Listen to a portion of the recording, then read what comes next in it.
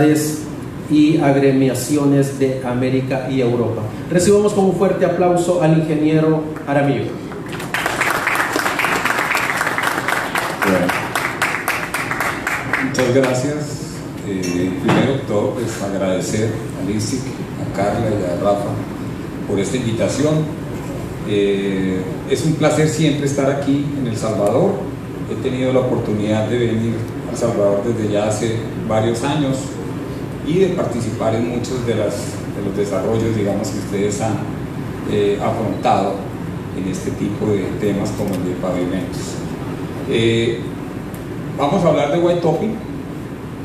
Yo sé que la última es una conferencia un poquito difícil por el horario, pero vamos a tratar de hacerla no solo lo más rápido posible, sino también que sea lo más slack posible, pero sin que pierda la profundidad. Vamos a tratar de mandar unos mensajes interesantes sobre el tema del white topping. Yo les decía ayer a los que estaban participando en el taller de ayer de mantenimiento y reparación que yo siempre arranco con una diapositiva, yo siempre arranco con esta. Me disculpan los que ya la vieron, pero ¿por qué arranco con esto? Porque hay que ubicarnos a dónde estamos y de dónde venimos. Aquí ven ustedes la construcción de un pavimento de concreto, año 1910 es este video. Ven ustedes cómo se construía. Ahí había unos operarios que colocaban los materiales dentro de esa mezcladora ambulante. Yo siempre bromeo que Rafa debe estar por ahí en algún lado de esa construcción. Él siempre se desquita después y dicen, claro, Diego es el que estaba tomando el video. Pero esto lo que muestra es que esto no es nuevo. Ya habían equipos de pavimentación. Todo esto derivó en equipos de este estilo, de estas características con todo un potencial para poder hacer un pavimento de la mejor manera posible. Y se definieron una serie de acabados que ayudan a que el pavimento tenga las mejores características. Todos esos acabados, por ejemplo, no arrancaron con el pavimento, no comenzaron con el pavimento rígido en el año 1865. Eso cambió completamente y desembocó todo este desarrollo y tecnología en algo como esto que ustedes ven aquí. Este es un white topping en Brasil, que es la BR-290, que da en Río Grande do Sul, en el sur, y es un pavimento pues, que se ha comportado de una manera supremamente bien. Pavimento de concreto no es solamente un solo material, no es hablar de un pavimento rígido, un pavimento de concreto, un pavimento de hormigón, es hablar de muchas opciones. Estamos hablando de simple conjuntas o un pavimento reforzado o un white top, una sobrelosa. Ya hoy en día tenemos pavimentos prefabricados que se pueden producir en una planta y se llevan en el sitio y se colocan de una manera supremamente rápida. Tenemos tecnologías asociadas al cemento para estabilización de bases. En eso Salvador ha tenido un desarrollo supremamente importante, tan importante que inclusive Rafa lo invitamos en Colombia para que nos ayudara en el Comité Nacional que tiene en Invías en el desarrollo de especificaciones para suelo cemento y para pavimentos de concreto, precisamente por la gran experiencia que se ha contado aquí. Concretos compactados con rechos, en fin, hay muchas posibilidades. Inclusive lo que ustedes ven allá abajo a la derecha, una cosa tan rara como esa, que es un pavimento de losas hexagonales. Esa foto es tomada en Argentina, en un color rojizo, por el agregado que está ubicado en la región. Entonces, hay muchas variantes, no podemos hablar solo de un pavimento, sino que podemos hablar de toda una familia de pavimentos que nos ayuden a que eso. Pero esta conferencia estaba asociada al tema del white topping, que es básicamente esto que ustedes ven aquí, el desarrollo de sobrelosas de concreto. Este es un white topping en Uruguay, ¿sí? Y al fin y al cabo, ¿qué es un white topping? Uno lo puede definir de muchas maneras, pero al fin y al cabo es rehabilitar algo, es rehabilitar un pavimento existente con una sobrelosa de concreto y de esa manera poderle cambiar totalmente el esquema de funcionamiento de ese pavimento. Aquí vemos una sobrelosa colocada, estoy señalando eso porque el mouse no está sirviendo con el computador. Entonces ven ustedes una sobrelosa sobre un relleno fluido, ven ustedes una sobrelosa sobre asfalto adherida, ven muchas posibilidades. Y hoy en día existen en el mundo muchísima información sobre todo lo que podemos hacer con un white topping y qué debemos hacer, en qué momento lo debemos hacer y sobre todo cómo lo debemos hacerlo para que funcione de la mejor manera posible. El white topping no es nada nuevo, el white topping lleva más de 100 años. El primer white topping se hizo en 1918 en esa vía que ustedes ven allá a la derecha, en Terre Haute, Indiana. Era un pavimento asfáltico con un grado de deterioro muy alto, se colocaron 4 pulgadas de espesor con una losa no adherida al asfalto, con una granulometría y con unas características de cemento agregados, todo eso que llevó a una dosificación de 1, 1,5, 2,5 por bachada volumétrica. Todo eso llevó a que el pavimento se fuera difundiendo de esa manera como una gran alternativa para solucionar problemas de pavimentos deteriorados. La clave que tiene el pavimento es la baja deformabilidad. Nosotros tenemos una característica del pavimento en el cual aplicamos unas cargas sobre unas losas y esa carga se va transmitiendo de manera horizontal a través de la losa, lo que llamamos nosotros el efecto placa. A veces cuando caminamos sobre la nieve con raquetas o cuando nos paramos en un esquí, ustedes ven que el peso del cuerpo está distribuido en un área mucho mayor y de esa manera no se hunde. Entonces, es exactamente lo mismo que ocurre en un pavimento rígido, y es que la aplicación de la carga se distribuye en una losa, y fuera de eso, por los elementos de transferencia de carga que tenemos a las losas vecinas, disminuimos todavía más los esfuerzos que se están aplicando en esa losa. Tenemos dos grandes familias de white topping, o sobrelosas como las llamamos. Llamamos las adheridas y las no adheridas. Las adheridas básicamente quiere decir que esta losa de concreto la voy a pegar a la losa de al lado, yo necesito, de abajo, yo necesito implementar una serie de mecanismos para que se pegue. O la no adherida, que esta sobrelosa está solamente apoyada encima de ese pavimento existente, y en ese caso funciona como una base. Esas son las dos grandes familias que existen, adheridas y no adheridas. Como aquí en este caso tenemos adherencia entre y cuando tenemos alabeos, deformaciones, y esta losa se deforma, se va de alguna manera a esforzar la losa de abajo, se reducen los esfuerzos de manera dramática. Y al reducirse los esfuerzos, el resultado del diseño es que las losas son muy delgaditas en espesor.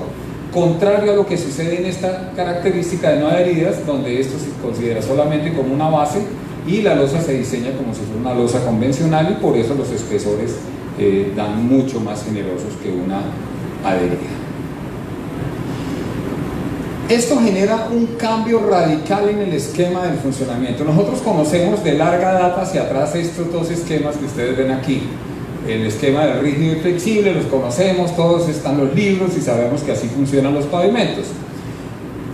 Pero aquí tenemos una combinación de esos dos. Tenemos un pavimento que tiene un esquema similar a que ustedes ven acá abajo, que es este, en el cual nosotros vamos a tener una distribución de esfuerzos de manera vertical, o sea que una llanta que esté aplicada sobre ese pavimento flexible va a tener una distribución de esfuerzos hacia abajo, y de alguna manera, por efecto de los agregados, acomodación y todo eso, va distribuyendo los esfuerzos a medida que se profundiza, reduciendo los esfuerzos a medida que se profundiza, y por eso tenemos una distribución más o menos de este estilo acá. Pero vamos a hacer una carga puntual. Ahora, ¿qué pasa cuando yo tengo un pavimento de este estilo que ustedes ven acá y le coloco una losa de concreto encima? Eso tiene un cambio radical. Inmediatamente vamos a tener un pavimento en el cual nosotros vamos a aplicar una carga, y la carga ya no se distribuye de esa manera, sino que la carga, por la baja deformabilidad, se transmite de manera horizontal. Por los elementos de transferencia se lleva parte de la carga a las losas vecinas, y por el efecto losa distribuimos los esfuerzos en un área mucho mayor, lo cual reduce dramáticamente la profundidad de los esfuerzos que teníamos anteriormente en el pavimento. Ese es el cambio dramático que tenemos de un pavimento anterior a un pavimento con una sobrelosa colocada. O sea, tenemos un cambio radical en el esquema del funcionamiento de ese pavimento. Así, esquemático se entiende fácilmente. Ahora miremoslo en la vida real. ¿Cómo sucede esto en la vida real? Ahí ven ustedes una sobrelosa colocada sobre un asfalto. Normalmente la carga que se coloca en este pavimento, así esté deteriorado un poco, se transmite de manera vertical, pero la carga ya que se aplica sobre la carga, sobre la losa white topping o sobrelosa, ya se aplica mediante un efecto de placa, se transmite a las losas vecinas. Entonces tenemos una modificación completa de pasar de este esquema de funcionamiento a este esquema de funcionamiento. Y como ustedes lo pudieron ver aquí, esa sobrelosa se puede colocar sobre algunos tipos de daños. O sea, uno no tiene que buscar la perfección en la losa, sino que algunos tipos de daños son permisibles para poder colocar la losa.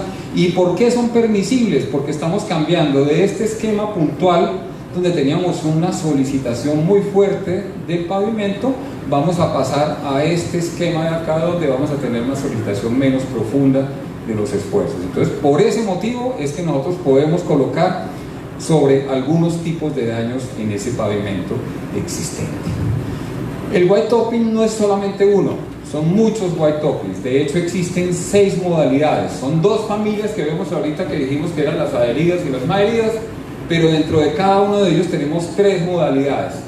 Cuando es colocado directamente sobre el asfalto, cuando es colocado sobre el concreto, o cuando es colocado sobre este sándwich que ustedes ven aquí, que se llama pavimento compuesto. Para que todos entendamos, pavimento compuesto es que un pavimento que alguna vez en la vida fue de concreto, que alguna vez en la vida le colocaron una capa asfáltica encima, muy común en América Latina, y ahora en esta nueva etapa le vamos a colocar una losa de concreto encima. Entonces queda como este sanduchito que ustedes ven aquí. Entonces tenemos 6 tipos de posibilidades de sobrelosas o de white topping.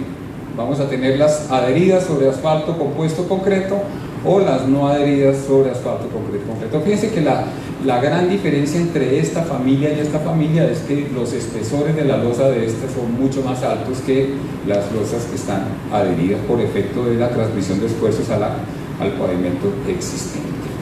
Aquí vemos las losas adheridas. Tiene una serie de características, normalmente losas con espesores muy delgados. Cuando se coloca sobre concreto se debe mantener la modulación de lo que esté abajo, porque no vamos a tener ningún elemento de separación. Entonces necesitamos que esa sobrelosa de concreto tenga la misma modulación de la losa existente. Cuando se coloca sobre asfalto se requiere algún elemento que le transmita o que le dé ligación a estas 2 capas, que muy utilizado el fresado, pero también se pueden utilizar otro tipo de mecanismos. Yo he visto en algunos sitios donde colocan anclajes, le colocan unas grapas en el piso para que la losa de arriba quede colocada y amarrada y deba tener pues la adherencia necesaria. ¿Cuál es la verdadera realidad de esto? Es que durante toda la vida útil de operación, la losa que se coloca arriba tiene que estar adherida a lo que esté abajo.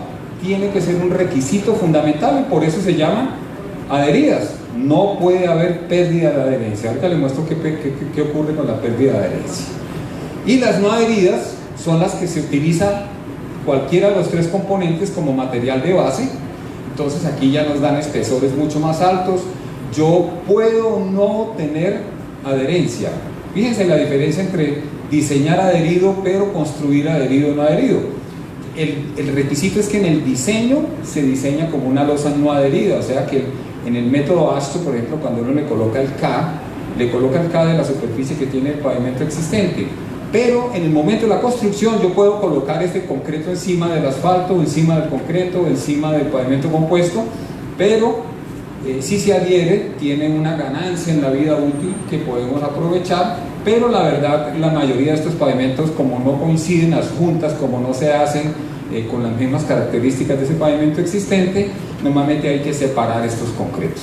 Hay que separarlos para que no adquieran la misma forma. De pronto no se ve muy bien aquí, pero en esta sobrelosa que se está colocando en el aeropuerto de Bogotá, se está colocando sobre una placa de concreto y en la mitad hay un plástico. Solamente un plástico para que no exista la adherencia entre la placa de arriba con la placa de abajo, para que no vaya a haber adherencia en el futuro, para que trabajen de manera separada. El diseño del white topping y el fin de los pavimentos de concreto son mucho más que el espesor. A veces nosotros nos centramos en el espesor, siempre todo el mundo, la gran preocupación es ¿y qué espesor le dio? Y resulta que el espesor es una de muchas variables. Uno a veces se preocupa solamente de eso y todo gira en función a eso. Le dicen que es un espesor bajito, que es un espesor alto, cuando en realidad todo funciona en conjunto. Funciona en conjunto muchas cosas: la modulación, el tipo de concreto, la transferencia, el amarre, el soporte. Hay una gran cantidad de cosas. Existen más de 20 aspectos que se deben tratar de verificar en un diseño de un pavimento y que deberían ser objeto de entrega por parte del diseño. Ahorita en la especificación que estamos desarrollando en Colombia con el INVIAS, incluimos un capítulo bien interesante en la especificación de construcción. Metimos un checklist de lo que el constructor debe verificar que viene en el diseño. Todo eso, ¿qué debe venir en el diseño? Por ejemplo, tenemos cosas tan extrañas aquí que a veces la gente no lo ve en el diseño, que habla de el diseño de la cavidad de corte. Cosa tan sencilla, ¿no? A veces cortamos las juntas de acuerdo al disco que nosotros tenemos, que compramos. Si es un disco de 3, cortamos de 3, si es un disco de 6, cortamos de 6. Y resulta que no. Eso tiene que ver con el coeficiente de dilatación de los agregados, tiene que ver con el coeficiente de restricción de las losas, tiene que ver con el espesor, tiene que ver con el volumen. Entonces tiene que ser un objeto de diseño y el diseñador debe especificar claramente cuál es el diseño de la cavidad que debe tener ese pavimento, ¿sí? Entonces hay muchísimos aspectos que llevan a que no solamente el espesor sea importante en el diseño de un pavimento. Arranquemos con el método. El método diseño es una variable más. Solamente cuando vamos a sentar a hacer un diseño de pavimento, tenemos que sentarnos y decir, bueno, ¿y con qué vamos a diseñar? Con ASTO, con PCA, con método racional, con cualquiera de estos métodos que ustedes ven aquí. Hoy en día hay una metodología interesante que es el Pavement Designer. Es gratuito, es una herramienta que engloba otros métodos de diseño que ustedes pueden descargar gratuitamente y hacer todas las modulaciones que ustedes quieran de diseños. Yo recomiendo varias cositas. Cuando ustedes manejen diseños, hagan esas 4 cosas que están allá. Ojalá las pudieran hacer todas. La primera, diseñar por 2 o más métodos. Ya Colombia, por ejemplo, en algunos pavimentos rígidos exige que se diseñe por PCA y ASTO, por ejemplo, 2 métodos. Comparar el software con manual. No creerle al software ciegamente. Si ustedes diseñan con un software, pues coja el método manual y hágalo a ver si le da lo mismo. Si le da radicalmente diferente, quiere decir que tiene un problema en alguno de los 2 métodos y los va a tener que revisar. Tratar de predecir el resultado. Nosotros a veces comenzamos a ingresar datos y lo que sale decimos que eso es, pero uno desde antes de iniciar uno debería saber. Por ejemplo, si nos dicen este es un pavimento para un sistema de BRT de transporte masivo, pues yo ya sé que más o menos 27, 28, 29, 30, 29 para cima. Si me llega a dar 20, pues ya hay un problema en eso. Entonces, tratar de predecir el resultado y analizar la sensibilidad del diseño, saber ese diseño cómo se mueve. En estas gráficas que ven ustedes abajo, ahí está la comparación de método ASTO y PCA de algunas versiones. Lo que ustedes ven aquí es que en esta parte, tráficos bajos, el método ASTO da menores espesores, en tráficos más o menos intermedios dan un espesor parecido, pero en tráficos muy altos el método ASTO comienza a dar mucho más espesores que el método de la PCA. Aquí esta es una troncal de transporte masivo en Colombia, en el que ustedes ven cómo tenemos la modelación de los 12 tramos, los espesores en cada uno de ellos, y tenemos casi 7 o 6 centímetros de diferencia entre ASTO y PCA. ASTO siempre por encima porque son cargas muy altas. Entonces, aquí es bien importante que el diseñador opine sobre cuál es el tipo de vehículo, la frecuencia, las consideraciones de aplicación de cargas, para que pueda decir, hombre, el más adecuado es este. Si un diseñador le deja la decisión solamente a la entidad, pues la entidad muy fácilmente va a escoger ¿cuál? El más económico, y el más económico puede que no sea el más adecuado. Entonces, por eso es importante que se haga comparación, pero también opinión sobre cuál es el espesor adecuado para ese tipo de cosas, porque a veces no es solamente la carga, sino también la frecuencia, la ubicación de las cargas y otro tipo de cosas. Cuando nosotros hacemos un diseño de un pavimento, tenemos unas variables, muchas variables, tenemos demasiadas variables que van jugando: el espesor, el tipo de base, la modulación, otra gran cantidad de cosas. Entonces, es importante conocer la sensibilidad. Hay variables que se modifican mucho, por ejemplo, un valor de K o un valor de una base de soporte. ¿Qué pasa si se modifica mucho? ¿Cuál es el efecto que eso tiene en el espesor? Entonces podemos tener una variable, aquí en esta línea se mueve la variable, tenemos una gran variación, esa variable varió todo esto, y puede que el efecto en el espesor sea muy bajo. Eso quiere decir que es una variable que no es fundamental en el desempeño de ese pavimento. Quiere decir que es una variable más, sí, hay que tenerla en cuenta también, pero no es una variable que gobierna el diseño. Las variables que gobiernan el diseño son aquellas variables que al moverse muy poco, tiene un efecto muy grande en el espesor. Eso quiere decir que va a tener una pendiente muy grande en este efecto. Para una variación pequeña, tenemos un efecto sobre el espesor muy grande, algo así como esto. Tenemos una pequeña variación, pero el efecto sobre el espesor es muy grande. Ahora esto llevémoslo, por ejemplo, en el WinPass, que es un método ASTO, el análisis de sensibilidad. Esa es la gráfica del análisis de sensibilidad que nos arroja el método. Parece una gráfica un poco complicada, pero es a veces, cuando uno ya la entiende, después se vuelve sencilla, ¿no? Entonces aquí lo que nos muestra, por ejemplo, miremos el valor de K. Esta línea roja es el valor de K. Quiere decir que la variable tiene que moverse demasiado para que tenga algún efecto en el espesor.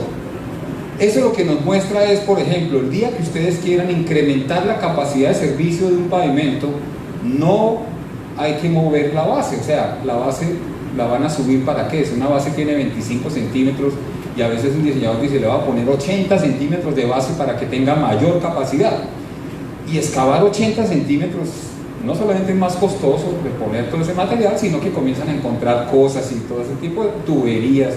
Entonces se meten en problemas, pero con una ganancia ínfima en relación con el espesor.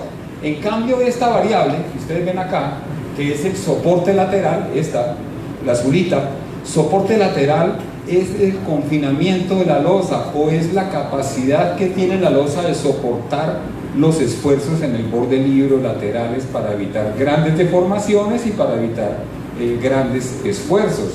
Entonces, como ustedes ven, una pequeña variación tiene un efecto gigantesco en el espesor.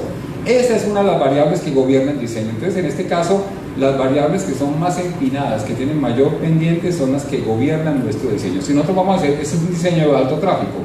El día que hagamos un diseño de bajo tráfico, estoy totalmente seguro que la variable más empinada va a ser la resistencia del concreto. Entonces, cada variable incide en el diseño de una manera diferente. Pavimentos como el que ustedes ven ahí son susceptibles de rehabilitar con una sobrelosa de concreto, abollamientos, piel de cocodrilo que llevamos aquí, yo no sé si se llama igual, daños que uno pensaría que son fatales para un pavimento, para un white topping pueden ser tolerables, podemos colocar algo de ese estilo. Entonces, eso sí, hay que hacer algunos arreglos, hay que hacer algunos ajustes. Bueno, ¿qué le hacemos? Entonces tenemos tratamiento superficial. Eso que ven ustedes allá, por ejemplo, es un daño en un pavimento que no es solamente superficial, que afecta la estructura, que tiene una afectación. Eso hay que quitarlo, eso hay que reponerlo, recompactando la base, haciendo todo el arreglo que se requiera, y reponer eso antes de colocar la sobrelosa para que tenga un soporte uniforme. Eso sí, no hay que hacer más allá del 10% del área superficial, porque ya comienzan a incrementarse los costos de una manera importante. O las otras dos actividades que hacemos son fresado superficial para ajuste geométrico o para adherencia, y nivelación con asfalto solamente para ajuste geométrico, porque realmente si vamos a tomar una vía que lleva 40, 50 años, de pronto la geometría de la vía no es la adecuada para hoy. Hoy podemos hacer un peralte, podemos hacer arreglos que realmente no se tenían antes, y de esa manera tenemos que hacer nivelación.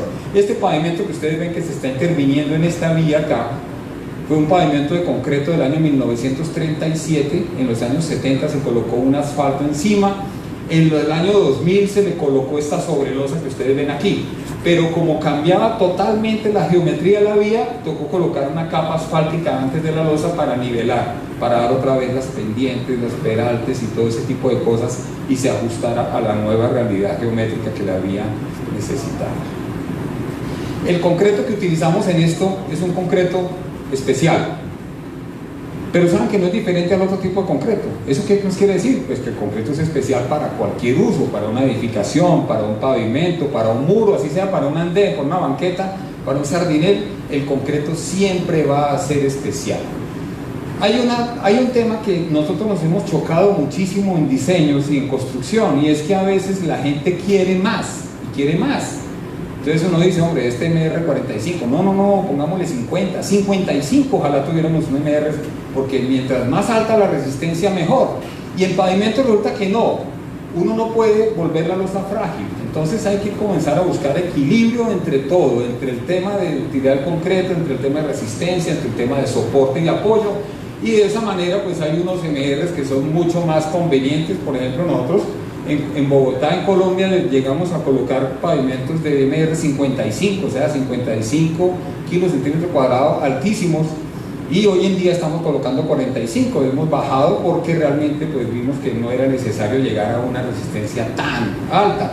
Entre otras, para llegar a resistencia más alta se necesita más contenido de cemento, quiere decir más contracción y quiere decir más riesgo de fisuración. Entonces, por eso hay que tratar de equilibrar la resistencia. El tema de los agregados es bien importante. Acuérdense que el agregado no solamente ocupa la mayor parte de ese volumen de concreto, sino que estamos hablando de resistencia a la flexión. Y al hablar en resistencia a la flexión, estamos hablando que buena parte de la resistencia a la flexión se la da la adherencia pasta-agregado. Entonces tiene que haber una buena adherencia entre pasta y agregado. En agregados redondeados de canto rodado de río como este que ustedes ven aquí, la resistencia pasta-agregado es baja, y por eso en muchas especificaciones se coloca el requisito de caras fracturadas de los agregados. En Colombia manejamos más o menos entre el 70 y 75% de las caras de los agregados tienen que ser fracturadas, y arenas provenientes de trituración para llegar, digamos, a unos comportamientos adecuados. En términos de tendencia de control de calidad hemos cambiado porque todo el control de calidad se hacía con billetas, como se hace en todo el mundo, pero hoy en día estamos ajustándonos un poco, ya lo acabamos de cambiar, a la metodología que está haciendo en Estados Unidos, que es diseñar el pavimento a flexión, o sea, se diseña por MR. El diseño de la mezcla se hace a flexión y a compresión, y producto de ese diseño de mezcla combinado a flexión sale este K de correlación. Entonces ya de entrada del diseño de la mezcla tenemos un K de correlación entre las dos resistencias. Acuérdense que una es un porcentaje de la otra. Entonces hacemos todo el control de la construcción de la obra con compresión, con cilindros. ¿Qué pasa si la resistencia se compromete, da bajita, alguna cosa? Pues se extraen núcleos, se ensaya la compresión, y con el K que nos dio de correlación se lleva a la flexión para verificar. Entonces nosotros tomamos, digamos, todo lo mejor de los dos universos: la flexión en el diseño, en el control para correlacionar, pero también la compresión en el control, que la gente lo conoce mucho mejor. Las viguetas son muy incomprendidas, se manejan muy mal, y a veces los resultados pues son mucho más dispersos de lo que uno necesitaría. Aquí ven ustedes un white topping. Este fue el primer white topping en Colombia. Es un white topping no adherido, colocado directamente sobre asfalto fresado y en otros puntos nivelación. Tuvo adherencia concreto con asfalto, y durante muchos años, esta vía ya lleva 20 años prácticamente construida, tiene adherencia todavía, o sea que eso le ayuda a reducir los esfuerzos en la fibra inferior del concreto de esa losa.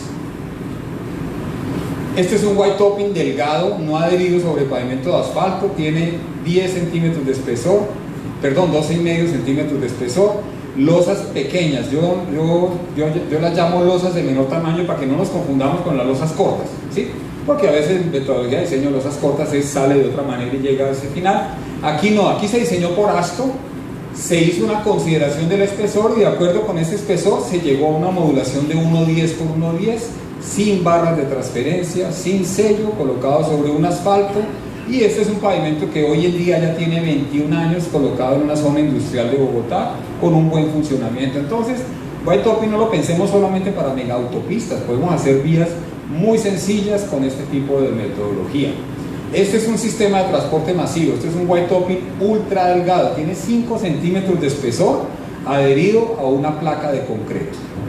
Ahí ven ustedes, y de una vez la foto que están viendo es la reparación, ¿sí? Quiere decir que falló, sí, falló. Para que tengan cuidado con una cosa, con la adherencia. Esta es la losa de 5 centímetros adherida a una losa de 20 centímetros.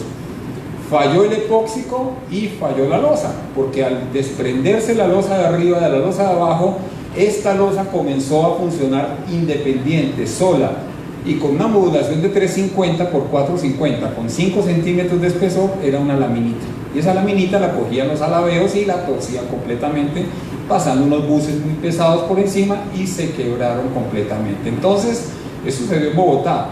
White topping adherido ultra delgado, que perdió la adherencia entre la losa nueva con la losa antigua y se deterioró por causa de eso. Entonces eso es para reafirmar el tema de que en white topping adherido hay que garantizar la adherencia, siempre, toda la vida útil, no se puede separar. El día que se separe, ese pavimento se deteriora. Este es un mensaje que les quiero dejar de las cosas que vamos a hacer, pues hagámoslas por convicción, no porque nos obligan a hacerlo. Hoy en día la obligación de hacer las cosas es gigantesca, gigantesca. Solamente el control de calidad, cuando alguien dice, oye, yo tengo que hacer cilindros o tengo que hacer viguetas, a veces lo hace porque lo están obligando, ¿sí? No porque él lo quiera hacer. Ojalá, si él no pudiera hacerlo, no lo hace, ¿sí? Entonces, realmente debemos hacer las cosas por convicción. Debemos implementar el modelo de yo quiero hacer las cosas bien, o sea, yo tengo mi cultura de hacer las cosas bien, no modelos diferentes donde me están diciendo de que me obligan a hacer las cosas bien. Creo que todos hemos visto alguna vez en la vida, en la obra, ya sea un edificio, un pavimento, una presa, un muro, lo que sea, han visto a alguien que está haciendo una labor con el supervisor atrás y la está haciendo bien, ¿sí? Y de repente el supervisor se va y el operario deja de hacer la labor, comienza a hacerla mal. ¿Y eso qué quiere decir? Que esa persona no tiene la convicción de lo que está haciendo, él está trabajando obligado, con el ojo atrás, y el día que se le quita el ojo atrás o la supervisión, inmediatamente comienzan a hacer las cosas de una manera diferente. Entonces, por eso hay que hacer las cosas bien, de acuerdo como lo dice el estado del arte y de acuerdo con lo que le dice su cultura de lo que debe hacer las cosas. Es muy difícil pasar del papel a la obra. Esto que ven ustedes aquí es un diseño de una modulación de un pavimento. ¿Qué ven ustedes aquí? Unas juntas transversales, juntas longitudinales a unas distancias. Eso es lo que tiene que plasmar el constructor allá en el sitio. Y no solamente eso en ese sitio, sino que miren las juntas cómo están, rectas. Y eso es lo que tiene que hacer. Pero a veces encontramos entonces situaciones donde eso no se da, donde el constructor no lo hace y donde el interventor o el supervisor tampoco lo controla. Vean esta junta no coincide nada con esto. En el diseño no dice hágalo así. De hecho, hacer esto que ustedes están viendo ahí es más costoso porque en la medida que el disco vaya girando de esa manera se va gastando más lateralmente, entonces se va comiendo el disco de una manera mucho más acelerada, o sea que hacerlo así cuesta más. Entonces el mensaje es, hombre, lo que diga el diseño hay que plasmarlo en la obra de la mejor manera posible. Hay cosas que se debieron haber abolido ya en los pavimentos hace siglos, hace años. Esta es una de ellas. Esta es la actividad que llamamos nosotros el acabado superficial, como el que ustedes ven allá, muy bien hecho, con esta herramienta y con este proceso. Pero esto fue muy posterior al nacimiento del pavimento.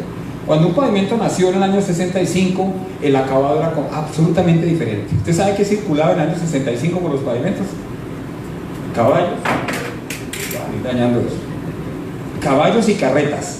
Era lo que pasaban por los pavimentos en ese momento, caballos y carretas. Luego el acabado superficial era un acabado adecuado para caballos y carretas. Era un acabado con una especie de textura en la parte superior para que las herraduras de los caballos no patinaran.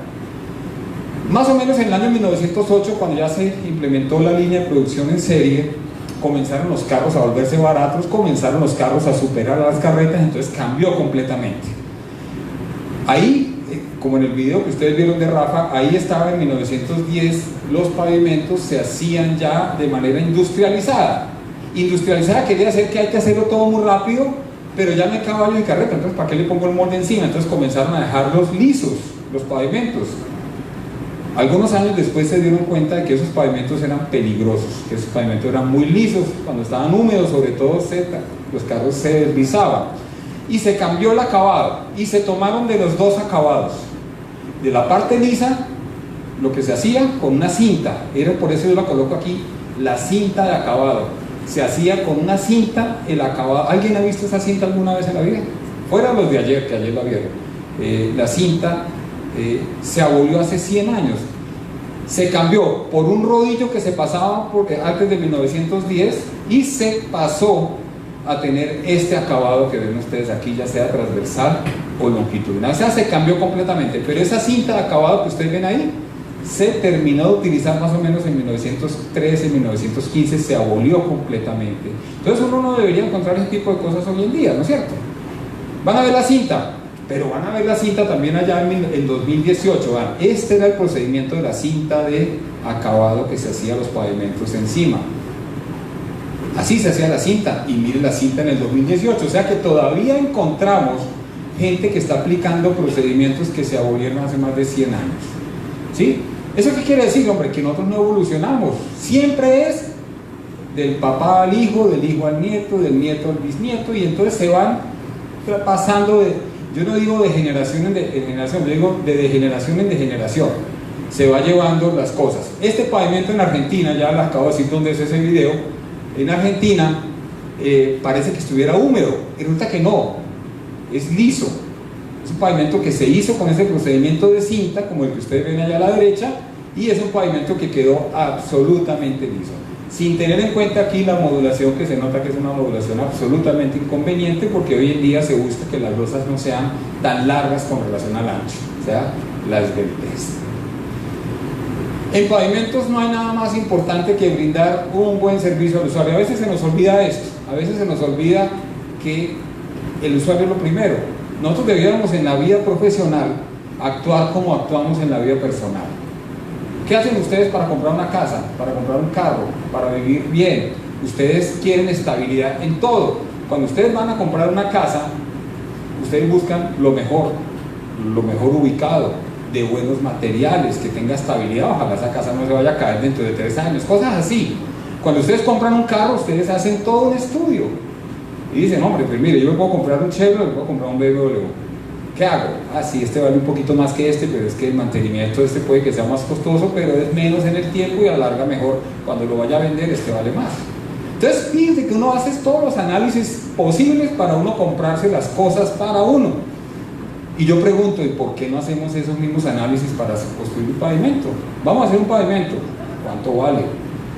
¿Y por qué lo voy a hacer? ¿Qué mantenimiento tiene? ¿Qué pasa de este estilo? Yo hago todos los análisis para poder llegar a cuál es la mejor solución. Entonces la invitación es a esa: usemos los mismos criterios que nosotros tenemos en nuestra vida personal para desarrollar nuestra vida profesional. El usuario por encima de todo. A veces siempre colocamos toda otra serie de cosas antes que el usuario. Tenemos que construir una vía de 4 carriles. No, pero es que solamente hay plata para 2, entonces hacemos una vía de 2 carriles. Sí, hicimos la vía, pero no es suficiente para que el usuario tenga la comodidad que quiere.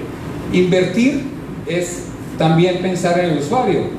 Fíjense que la CEPAL, en todas sus presentaciones y reportes, siempre habla de que la inversión que se debe hacer en el PIB para infraestructura debe ser superior al 7%, pero aquí está la gráfica de cómo usted lo lee, le veo mejor que yo. Estamos ahorita en el 1,8% de inversión promedio en América Latina del PIB para infraestructura. Eso quiere decir que estamos invirtiendo mucho menos en infraestructura de lo que debemos hacer. ¿Eso qué quiere decir? Como la población está creciendo, como la cantidad de vehículos crece, pues que cada vez la brecha va subiendo y va subiendo, y cada vez nos estamos afectando más. Pasando lo que ustedes ven allá, eso es Moscú. Tenemos un crecimiento de vehículos absolutamente desproporcionado contra el crecimiento de la contra el crecimiento de la infraestructura. En los últimos 40 años se han aumentado los vehículos de una manera salvaje, más del 84%, o sea, se ha duplicado la malla, digamos, la cantidad de vehículos, pero las vías urbanas solamente han crecido el 3%. ¿Eso qué quiere decir? Que cada vez nos estamos saturando más, y eso quiere decir más tiempo de circulación, más combustible, todo lo que va asociado a este tipo de cosas que ustedes ven ahí. Entonces, con este tema del white topping o sobre losas, se abre una cantidad de oportunidades impresionantes. Cuando uno mira esto, pues a uno se le abre todo un espectro, lo que llamamos las ventanas de oportunidad. Esto es Bogotá, esto es la avenida Caracas en Bogotá. Así era la Caracas, véanla, así era. Esta vía tuvo una readecuación completa, se hizo, miren el cambio, la foto es en el mismo sitio, tuvo un cambio no solamente en el uso de la vía, porque se colocó una sobrelosa encima.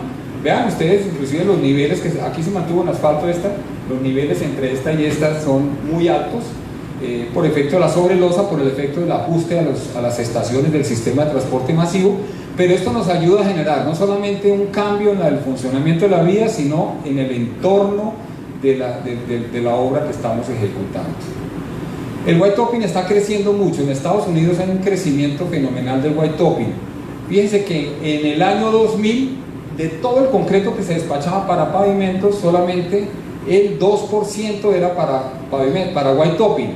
Ya en el 2016 ya tenemos el 13% de todo el concreto que se despacha para pavimentos dirigido a white topping. Eso quiere decir que hay una oportunidad que se está aprovechando y se están incrementando significativamente los proyectos de white topping, como los que ustedes ven aquí, white toppings, unos colocados directamente sobre el asfalto sin hacer ningún tipo de tratamiento, otro adherido como el que ustedes ven allá en Kalamazoo, Michigan, donde tenemos una losa muy delgadita de 10 centímetros adherida al asfalto fresado que ustedes ven ahí. Entonces hay muchas modalidades para desarrollar pavimentos y Estados Unidos pues nos ha ayudado mucho en eso. En América Latina tenemos una oportunidad única, y es que hoy en día estamos muy mal. Yo pienso que de los pocos países que puede sacar cabeza, Chile, Salvador, Ecuador, en América Latina. De resto tenemos unos problemas de infraestructura gigantescos. Dentro del índice de competitividad global que califica el Foro Económico Mundial está la calidad de las vías. Entonces en Quality of Roads aparece una medición donde más o menos el promedio general es 4. País que esté por encima de 4 está mejor que otros, y país que esté por debajo de 4 pues tiene mucho por mejorar. Mi Colombia tiene 3.4, o sea que tenemos una deficiencia en la calidad de las vías muy importante. Tenemos países como Costa Rica con 3, tenemos países como Haití que tiene 2.1, 2 Venezuela, o sea, tenemos unos países con unas situaciones de calidad de vías absolutamente graves. Pero eso miremoslo como una oportunidad, miremoslo, sí, estamos mal, ¿qué hacemos? Pues o nos sentamos a llorar o hacemos algo. Pero si nosotros tenemos ya una cultura que ha venido funcionando o no, pues hay la oportunidad de poder hacer algo diferente. Pavimentos que tienen este tipo de situaciones, este tipo de calidad, pues podemos hacer una adecuación de la malla vial con sobrelosas y eso le revierte completamente el esquema de funcionamiento de las vías, como lo vimos. Colombia pues tiene un 4% de malla vial en pavimento de concreto, eso quiere decir que hay un 96% de algo que tampoco está funcionando bien porque tenemos una calificación de 3 punto algo, muy bajita. Entonces, por eso coloqué aquí lo de Albert Einstein, que pues, se usa mucho en aeropuertos, ustedes lo ven y está por todo lado. Si queremos hacer algo distinto, pues no hagamos lo mismo, porque si hacemos lo mismo nos vamos a quedar en el mismo estándar que nosotros estamos teniendo hoy en día. Entonces convirtamos ese problema en una oportunidad. El mantenimiento y reparación se puede volver un tema complicado para los países. Esta grafiquita que ustedes ven allá a la derecha es Chile. Chile grafica todos los años de cuánta plata le invierte a manutención y cuánta plata le invierte a construcción de infraestructura nueva. Entonces ahí lo que ven ustedes aquí es que en Chile en el año 2016 la conservación consumió mucho más recursos que la inversión. Ojalá uno tuviera lo contrario, porque si tuviera lo contrario uno pudiera cerrar un poco más la brecha de las vías nuevas que debemos hacer para poder adecuarnos a ese tipo de cosas. Y la manera en que nosotros tenemos que hacer eso es con infraestructura que requiera menos mantenimiento, que hagamos hoy algo, pero que eso mañana, pasado mañana requiera menos inversión, porque si ustedes hacen una vía hoy que requiere mucha inversión a futuro, y mañana otra que requiere mucho a futuro, y pasado mañana otra, pues cada vez van a estar más ahorcados, se ahorca completamente las finanzas del país. Entonces, al reducir mantenimientos, nosotros vamos a cambiar totalmente los indicadores del país. Reducir mantenimiento es reducir cierres. Reducir cierres es reducir tiempos de circulación, reducir consumo de combustible, una gran cantidad de cosas asociadas a ese tipo de cosas. El mantenimiento de un pavimento de concreto es muy bajo, pero ojo, no puede ser nulo. Yo siempre que voy a algún país, siempre me muestran un pavimento que me dicen, vea, este pavimento tiene 80 años, cero mantenimiento. Ese que yo fui en Argentina, aquí me dijeron, vea, lleva 68 años sin mantenimiento. Ahora ustedes sí, y están bien, ustedes se imaginan cómo estarían si le hicieran mantenimiento. Sería mucho mejor. Entonces, al pavimento rígido hay que hacerle algo, muchas cosas, de pronto de baja intensidad, más o menos nosotros tenemos estandarizado entre el 8 y el 9% del costo inicial hay que invertirle en los 20 años o 25 años de mantenimiento y reparación a esa losa. ¿Qué hay que hacer en ese pavimento? Hay que reponer sellos, hay que hacer algunas costuras de fisuras, hay que demoler algunas losas. De pronto al final de la vida útil habrá que hacer un fresado superficial para restituir cepillado. Cosas de ese estilo que puedan llevar a que el pavimento se mantenga de una manera. Este pavimento, por ejemplo, ya perdió totalmente el cepillado, es que lleva 68 años sin que lo toquen, ¿sí? Y ahí está funcionando, muy estable, pero pudiéramos estar mejor, pudiera estar mucho mejor de lo que normalmente estamos hoy en día. Esta foto es de 1922, ya había buses articulados. El white topping tiene una gran particularidad y es que soporta muy bien las cargas en pavimentos que antiguamente no las soportaban. O sea, lo que les mostré, cambia completamente y radicalmente el esquema de funcionamiento, inclusive hasta llegar cosas como la que ustedes ven ahí. Eso es Bogotá. Bogotá a veces se tranca de esta manera, o sea, de pronto algún accidente, alguna cosa, o paros, como estamos hoy en día de moda en los paros en América Latina, pues paro y entonces se frena todo esto y tenemos unas frecuencias mucho más altas de las que se estimaron en los diseños de los pavimentos. En términos de plata, el white topping es mucho más barato que cualquier otra alternativa, solamente por el hecho que usted no tenga que excavar, que no tenga que demoler, que no tenga que transportar, disponer y fuera de eso traer de una cantera materiales para rellenar y compactar, lo vuelve muy atractivo. Entonces tenemos mucha menos necesidad de hacer excavaciones y eso nos lleva pues a unas consideraciones importantes. Esa gráfica que ustedes ven a la derecha es de una troncal de transporte masivo en la ciudad de Bogotá. Es el proyecto NQS, que es una avenida que tiene prácticamente casi 50 kilómetros en Bogotá, atraviesa de norte a sur. Por eso todo el mundo pregunta ¿qué quiere decir el NQS? Porque era la avenida Quito y le pusieron Norte NQS porque se llama Norte Quito Sur. O sea, la gente para inventar nombres raros es lo más fenomenal del mundo. Pero es la NQS en Colombia y arrojó pavimento de concreto mucho más económico desde el costo inicial y lógicamente en el ciclo de vida pues absolutamente mucho más económico. El concreto arrojó un 9% del costo inicial para labores de mantenimiento durante 25 años. Ese fue el análisis que arrojó ese pavimento. En términos de sostenibilidad, no hay nada más sostenible que eso. Solo el hecho que les dije ahorita de no demoler, no disponer, no transportar, no acarrear material, sacar de cantera nueva, compactar y colocar una base, pues ya lo vuelve supremamente atractivo en términos de generación de CO2 o de huella de carbono. Entonces, por el efecto de que transmite los esfuerzos bajo efecto losa, tiene menos excavación y por el efecto de que no se excava, pues tiene más ahorro todavía en huella de CO2. Y hay un tema que el MIT ha venido investigando y que realmente es bastante atractivo y es economía de combustible. Hay una cosa que se llama el PVI, que quiere decir Pavement Vehicle Interaction, que combina estas tres cosas que están aquí: la textura del pavimento, la rugosidad y la deflexión. Se miden esas tres cosas. El MIT con sus científicos hizo una formulación y llegó a una ecuación donde puede calcular que dependiendo de la deflexión del pavimento generado por cargas muy altas, el pavimento se deflecta. ¿Qué grado se deflecta un pavimento? Depende del tipo de pavimento. Un pavimento más rígido, un pavimento menos rígido, se deflecta más o se deflecta menos. Pero un pavimento que se deflecte mucho, como un pavimento asfáltico, se deflecta mucho, en la rueda tiene una ligera pendiente, es imperceptible, pero hay una pendiente siempre al frente de la rueda, siempre. Entonces, ¿qué es lo que tiene que hacer el camión para mantener la misma velocidad? Debe acelerar un poco más. Entonces, es el sobreconsumo. Y esa formulación nos lleva a que en la pendiente más alta sobreconsume más y un pavimento que tenga menos deflexión pues tiene que hacer menos sobreesfuerzo para llegar a ese estilo. Entonces, cuando hablamos de cargas muy altas, estamos hablando de que en pavimentos normales se deflecta mucho y que en pavimento rígido el control de deflexión es mucho más alto y eso pues le da unas características de ahorro de combustible que pueden llegar entre el 3,5 y 17% dependiendo de las cargas.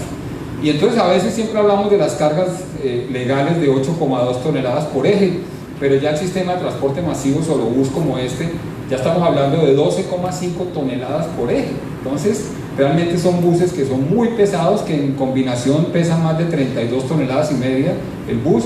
De este hay una alternativa adicional que es el biarticulado, tiene otra sección atrás, pesa mucho más todavía, pero entonces realmente el tema de consumo de combustible se vuelve en una ventaja competitiva. Cuando uno le dice a un transportador de un camión que va a ahorrar el 3,5% de combustible, no creo que a él le mueva la aguja de eso. O sea, el transportador dice, ay, 3,5%, eso me lo gasto subiendo acá a la casa cuando me devuelvo. Pero para el país se vuelve muy importante. Usted se imagina para el país en consumo de combustible un 3,5%, un 17% del consumo de gasolina, es una vaina fenomenal, ¿sí? Sobre todo cuando el país no tiene refinerías, se tiene que importar todo. Y fuera de todo eso que estamos viendo, ahora salió una onda nueva, que es que los pavimentos tienen que ser resilientes. Resiliencia quiere decir que soporte las inclemencias de las cosas que no estaban previstas, como por ejemplo sismos, por ejemplo inundaciones, por ejemplo incendios, cosas de ese estilo. Los pavimentos deben sobrevivir a ese tipo de cosas, lo que llama la resiliencia. Entonces ya hay entidades multilaterales hoy como la CAF, que está ahí, que financia muchos pavimentos en América Latina, que precisamente se llama Banco de América Latina, que están exigiendo cartillas como esta, la implementación en los diseños que ellos financian, guía de buenas prácticas para la adaptación de las carreteras al clima. Ya hay muchas cosas, por ejemplo el caso de un túnel. Todos sabemos que un túnel, el pavimento de adentro tiene que ser rígido, y es rígido porque en el caso de un incendio como el que ustedes están viendo en la foto de abajo, pues el pavimento se va a calentar de una manera fenomenal, el entorno se va a calentar, pero así todo hay que garantizar que entren y salgan los cuerpos de socorro y salga la gente que está atrapada al interior. Si tuviéramos un pavimento que es susceptible al fuego, pues se va a derretir el pavimento y los vehículos de acceso de socorro no van a poder entrar. Entonces, por eso el tema de resiliencia se está volviendo un tema supremamente importante. Y para finalizar, quiero mostrarle algunos proyectos en América Latina que para mí son icónicos, que para mí, digamos, marcan cierto tipo de referencia para ciertos usos, que realmente pueden servir como de ejemplo de lo que se está haciendo en América Latina. Este lo conocen ustedes más que yo. Rafa pues lo participó en la construcción, dirigió la empresa que hizo la construcción. Nosotros bromeamos mucho diciendo que se llama la autopista Rafael González, porque pues la construyó, vivió en ella un tiempo, y realmente es un ejemplo porque venir da gusto, digamos, coger esa autopista. Yo tuve la oportunidad de conocer la autopista antes de hecho yo vine en el año 2001, comienzos, se estaba hablando del tema y yo hablé de white topping esa vez, que era lo que estábamos haciendo en Colombia en ese momento, y pues me alegra mucho haber puesto por lo menos un granito así chiquito al tema de la vía de la autopista Rafael González. Sí, Rafa. Miren esto, este pavimento que ustedes ven ahí es una vía. Este fue el primer white topping en Colombia. Es un white topping de una vía de acceso. Uno diría que es una carretera rara, no hay ciudad, no. Si uno mira para la derecha, ahí está Bogotá, se ve completamente Bogotá. Esto es uno de los accesos pasando una montaña de los Cerros Orientales. Son 6 kilómetros, bajando de un peaje hasta la ciudad. Entonces, esta vía tenía todos los problemas del mundo, Entre ellos, ¿cuáles? Unos problemas con unas humedades que bajaban por aquí, por debajo de la capa vegetal, pasaban por debajo del pavimento y ablandaban la base. O sea, el módulo de los materiales de base se bajaba completamente, se reducía, y eso generaba unas deflexiones impresionantes en el pavimento, unas deformaciones muy grandes.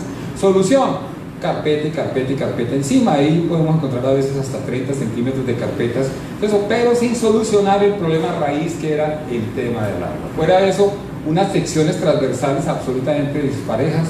Había vías, parte de la vía con 9, otra con 7, otra con 8, otra con 10. Entonces había todos esos daños que ustedes quisieron.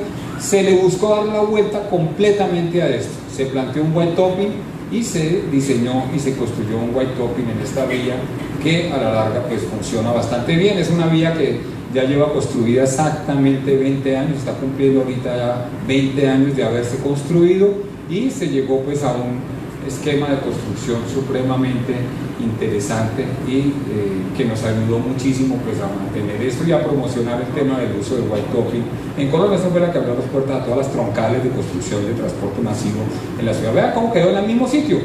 O sea, era esto, perdón que me fue para donde no era esto, y a la larga se volvió esto. Miren el tratamiento que se le hizo a esto. Aquí hay una cuneta, pero la cuneta no es solamente lo que se ve. Lo interesante es lo que no se ve. Debajo de la cuneta hay un filtro francés de 1,5 metros de profundidad. Entonces toda el agua que viene por debajo de la capa vegetal se estrella contra el filtro francés, lo baja por gravedad hasta alcantarilla que está aquí, y lo pasa por un tubo debajo, y ese tubo pues transmite el agua. O sea que no dejamos que el agua penetre al interior de la estructura de pavimento.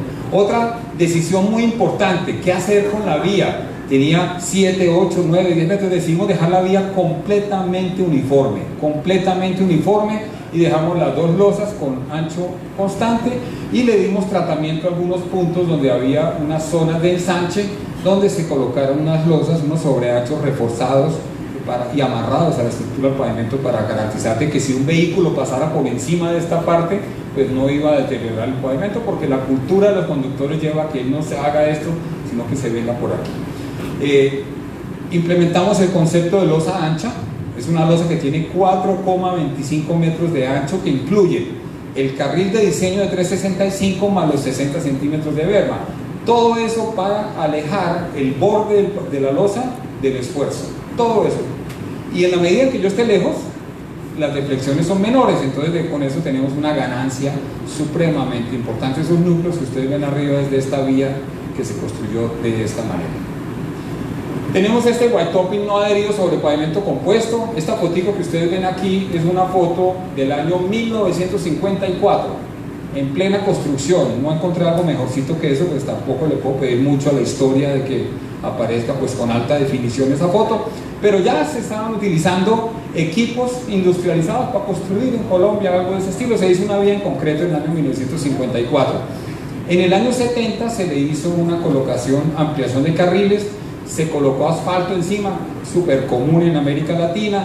Vean la vía cómo quedó, es recién construida en el año 1954, ahí ya tenía asfalto encima, se tapó completamente, y en el año 2000 se hizo una readecuación completa con pavimentadoras. Se utilizaron 4 pavimentadoras en esta vía que ustedes ven aquí, se hicieron 10 kilómetros, 8 carriles, y al final tuvimos un desarrollo de una sobrelosa bien interesante, con un comportamiento que ha tenido algunos problemas porque se colocó un espesor muy bajo por no revisar el software con el que se hizo el diseño. Lo más simpático de esto es que debajo de este pavimento que ustedes ven nuevo aquí están las losas del año 54 todavía trabajando como base. Entonces calculemos cuánto nos costaron las losas del año 54 y dividamos por todos los años que han durado y veamos que el costo anualizado es muy bajo, que esas losas se han pagado muchas veces y que todavía están surtiendo trabajo y están trabajando de una manera totalmente aceptable. Esta es otra vía en la ciudad de Bogotá, se llama la Avenida El Dorado, comunica el aeropuerto con la ciudad. Todo el que llega a Bogotá pasa por esta vía. Aquí ya llegando a los cerros orientales, totalmente en concreto, sobre losas. En el 2005 se construyó esta sobrelosa y hoy en día pues esta es la vía, la vista de lo que tenemos ahí cuando uno llega a Bogotá tiene vía. Aquí sucedió algo muy simpático, estaban haciendo el proyecto acelerado y todas esas cosas y de repente se acabó la plata y la administración que estaba pues dijo no, yo no voy a meter un peso más a eso y se quedó así. Entonces tenemos zonas donde encontramos las losas del 2005, pero también tenemos zonas donde están las losas del año 54 todavía ahí prestando servicios, puestas a los tráficos de los carros. Entonces esas losas pues todavía siguen funcionando, todavía siguen prestando servicio.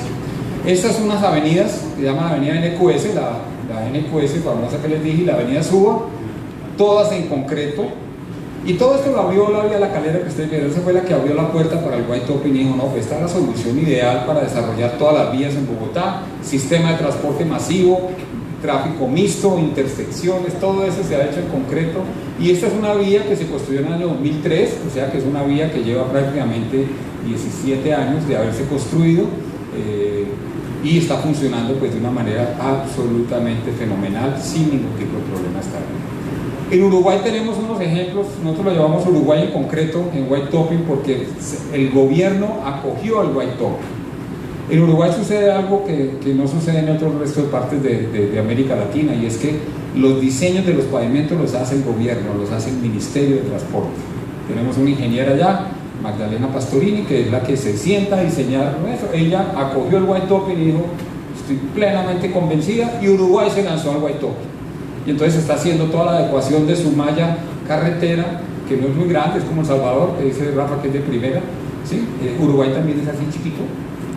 Pero tienen malla vial y la tienen que adecuar y la tienen que adecuar a lo que necesitan para poder, digamos, volverlas mucho más competitivas. Entonces Uruguay está hecho en concreto hoy en día con white topping y se están desarrollando pues una gran serie de proyectos. Guatemala ni hablar, Guatemala ha tenido unos desarrollos muy importantes, la Cuesta Villalobos, la Matitlana Palín, etc., la vía antigua, o sea, tenemos unos ejemplos muy bien hechos de obras en white topping. Chile White Topping no ha adherido sobre pavimento de asfalto. De pronto los que han tenido la oportunidad de ver el Camino a la Pólvora, ese que comunica la ciudad de Santiago con Valparaíso. Valparaíso está pegado a Viña del Mar. Uno a veces no encuentra la diferencia entre Valparaíso y Viña porque es como la misma ciudad pero con dos alcaldes.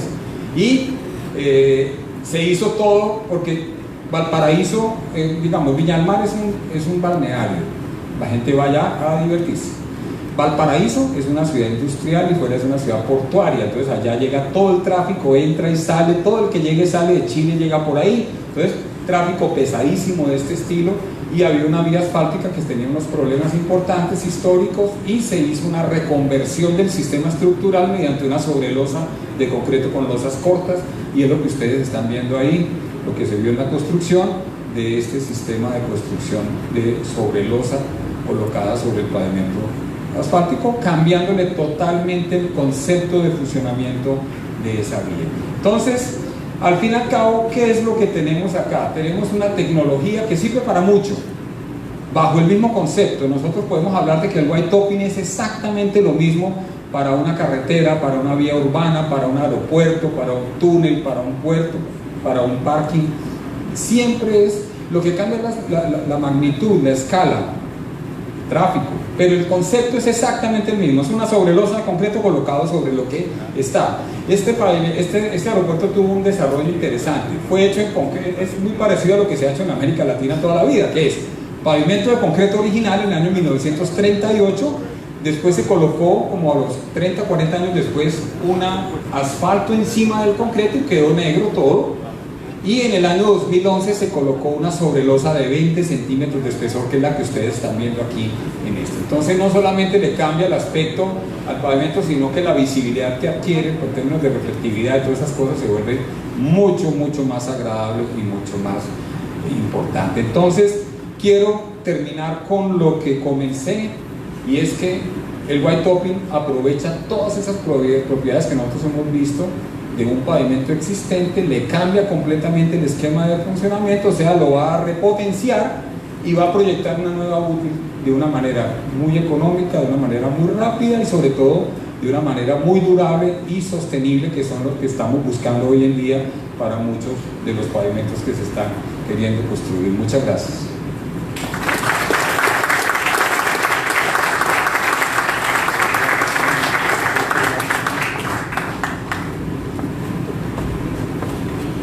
Le damos las gracias al ingeniero Diego Jaramillo, a quien también le vamos a brindar un diploma de participación por la temática La oportunidad del White Topping, casos de éxito en América Latina.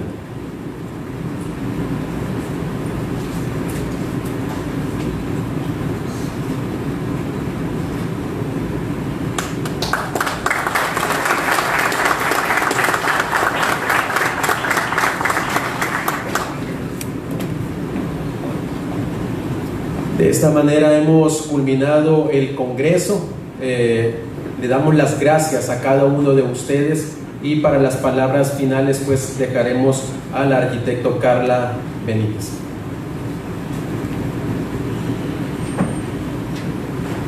Bueno, muchas gracias a todos. Para nosotros realmente es muy satisfactorio que nos acompañaran este día.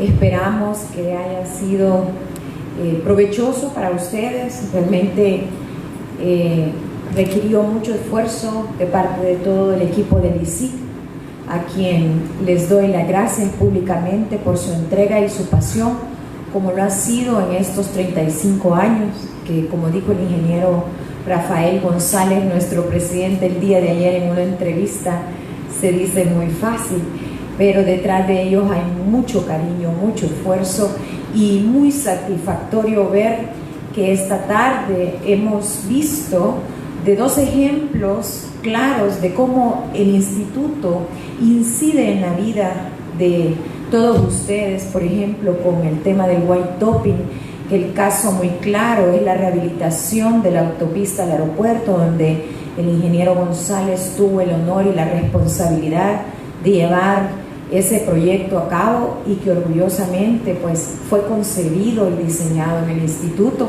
así como el concreto permeable, una investigación que nació en el 2010 cuando nosotros pues adoptamos una tecnología foránea y vimos de tropicalizar con nuestros agregados y la forma de cómo esta iba a ser aplicada en nuestras vidas para luego darla a la industria para que esta pudiera ser replicada en nuestro país. Esa es la labor que como instituto nosotros realizamos y como les digo, es más que satisfactorio ver que hoy instituciones como Holcim pues retoma esa investigación que nació en el instituto, la lleva, la desarrolla, la aplica y construye para el beneficio de nosotros, de la población.